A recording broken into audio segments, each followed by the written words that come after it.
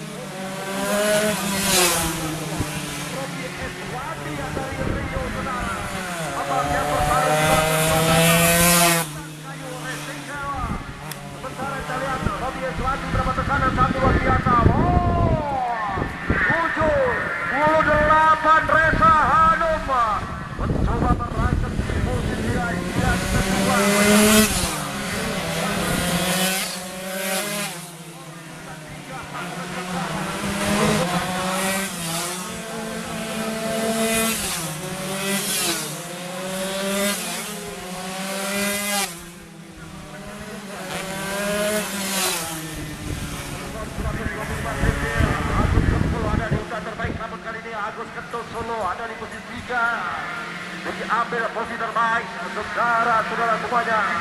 Tommy Richard Orlando. Dan inilah babak yang terbaik di urutan kelima.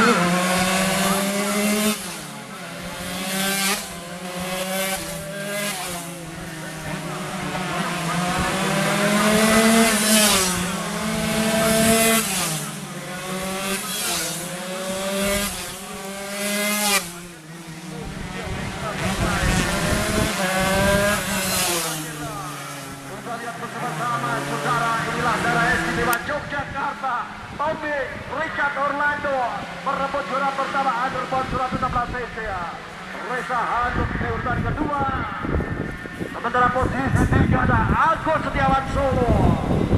Robi Eswandi Rio di posisi keempat. Kita lihat bersama-sama saudara.